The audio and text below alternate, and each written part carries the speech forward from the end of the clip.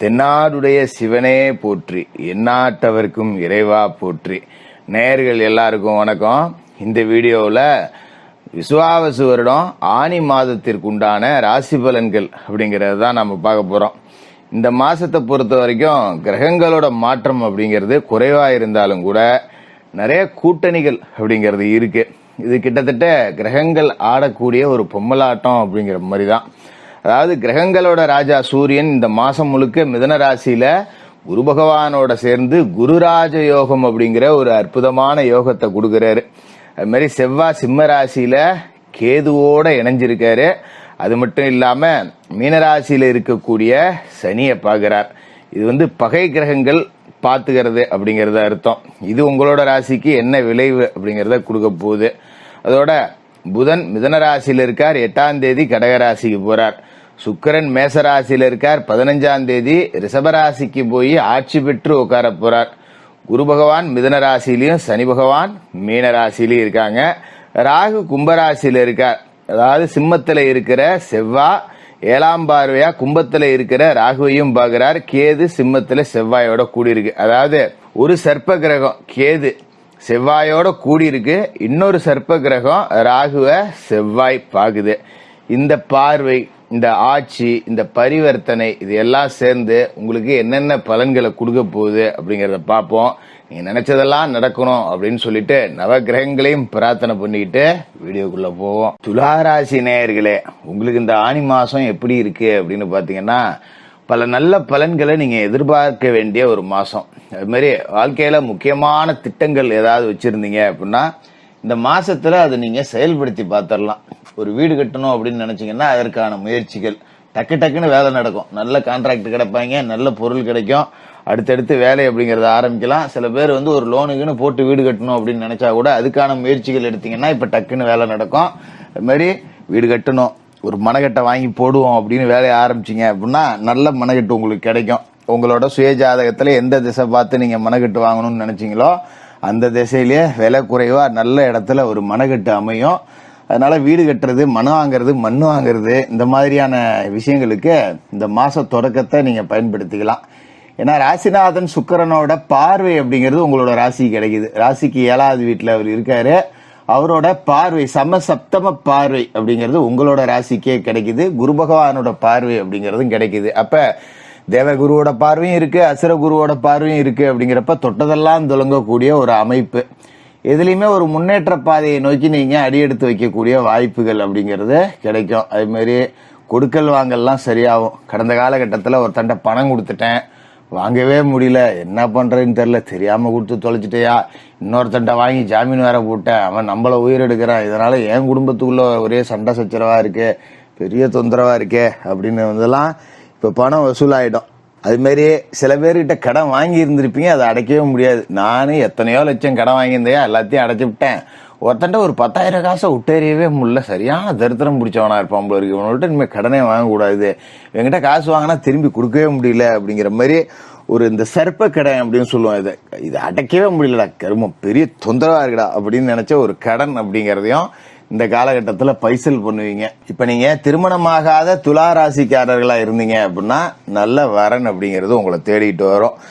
35 வயசாகி போச்சு, பாக்குறவங்களாம் பொண்ணு கிடைக்கலையான்னு கேட்கறாங்க. அது மாதிரி நம்ம துலா ராசி பெண் பிள்ளைகளுக்கு என்னம்மா ஒன்னும் மாப்பிளாம இல்லையா, வீட்டுல எதுவும் பாக்குறாங்களா போறாங்களா, இப்படி பாக்குற இடத்துலலாம் கேட்பாங்க.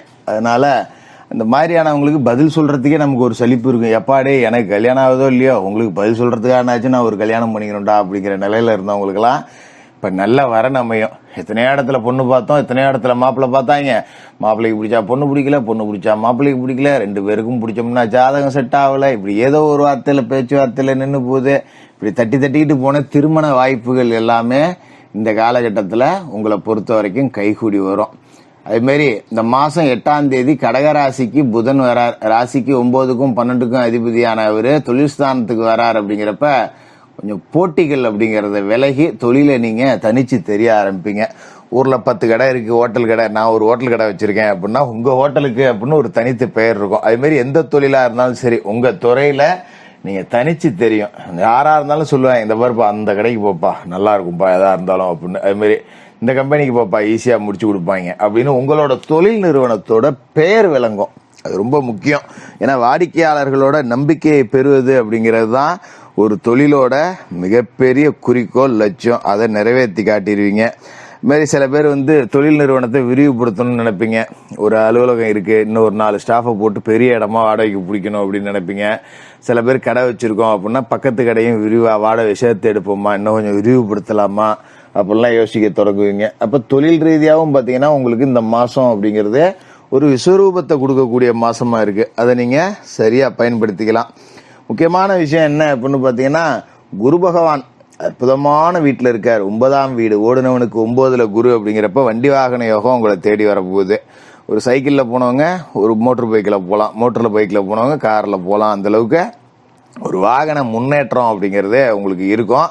அது மாதிரி வாகனத்தை மூலதனமாக கொண்டு தொழில் செய்கிறவங்க, ஒரு ஆட்டோ ஓட்டுறேன், இல்லை ஒரு ஆட்டோமொபைல் கடை வச்சுருக்கேன், மெக்கானிக்காக இருக்கேன், இல்லை டிரான்ஸ்போர்ட் வச்சுருக்கேன், டிராவல்ஸ் வச்சுருக்கேன் அப்படிங்கிறவங்களாம் இந்த காலகட்டத்தில் பெரிய அளவில் வளர்ச்சி அடையக்கூடிய ஒரு நேரம் அப்படின்னு இதை நம்ம சொல்லலாம். அந்த அளவுக்கு நேரம் அப்படிங்கிறது ரொம்ப அற்புதமாக இருக்குது. அதோட குரு பார்வை அப்படிங்கிறது ராசி கிடைக்குது. சனி பகவானும் 6வது வீடு அற்புதமான வீட்டில் இருக்கார். அப்படிங்கிறப்ப வாழ்க்கையில நீங்க எதை பத்தியும் பயப்பட வேண்டிய தேவை அப்படிங்கிறதே இல்லை. ரொம்ப நல்லா இருப்பீங்க, கவலைப்பட வேண்டியதில்லை. அதோட ராசிநாதன் சுக்கிரன் 15ஆம் தேதி ரிஷபராசிக்கு போறார். ராசிநாதன் அஷ்டமாதிபதியாகவும் அவரே இருக்கார். அஷ்டமத்துல போய் ஆட்சி பெற்று உட்கார்றார். அப்படிங்கிறதால நீங்க பயப்பட வேண்டாம். ஏன்னா இந்த அசுர குரு அப்படிங்கிறவர் மறைவிடத்திற்கு போகும்போது தான் அதிக நன்மைகளை செய்வாரு. 2வது அவர் ஆட்சி பெற்று உட்கார போறாரு. அப்படிங்கிறதால ஆடை ஆபரண சேர்க்கை அப்படிங்கிறத கொடுப்பாரு. அதாவது சுக்கிரன் அப்படின்னாலே அலங்காரம், ஒரு நகை நட்டு வாங்கிறது, பெரிய அளவுல புது துணிமணிகள் எடுக்கிறது, ஒரு திருமண வாய்ப்புகள், கலைத்துறையில சாதிக்கக்கூடியது, நீங்க ஃபேமஸ் ஆக வேண்டியது, இதை எல்லாத்தையும் செஞ்சு காட்டுவாங்க. குறிப்பா கலைத்துறையில இருக்கிறவங்களுக்கு ஒரு பொற்காலம், பெரிய பட வாய்ப்புகள் தேடிட்டு வரும்.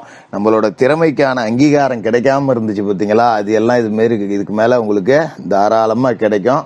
அவ்வளவு நன்மைகள் அப்படிங்கிறது 15ஆம் தேதிக்கு மேல நிச்சயமா இருக்கு. அது மாதிரி சில பேர் வெளிநாடு போகணும் அப்படின்னு நினைச்சிருப்பீங்க. இவ்வளவு நாளுதான் எங்க போல போட்டுறது, ஏதோ வாய்க்கும் கைக்குமே சரியா போகுது, வரவுக்கும் செலவுக்கும் சரியா போகுது, சமயத்துல கடன் வாங்குற மாதிரி ஆகி போகுது.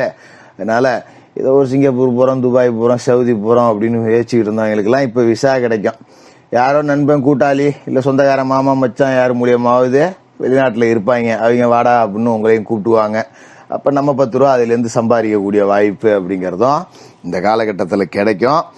இந்த மாசத்துல முக்கியமான விஷயம் என்ன அப்படின்னு பாத்தீங்கன்னா, உங்களோட ராசிக்கு லாபஸ்தானத்துல செவ்வாய் கேதுவோட கூட்டணி அப்படிங்கிறது இருக்கு.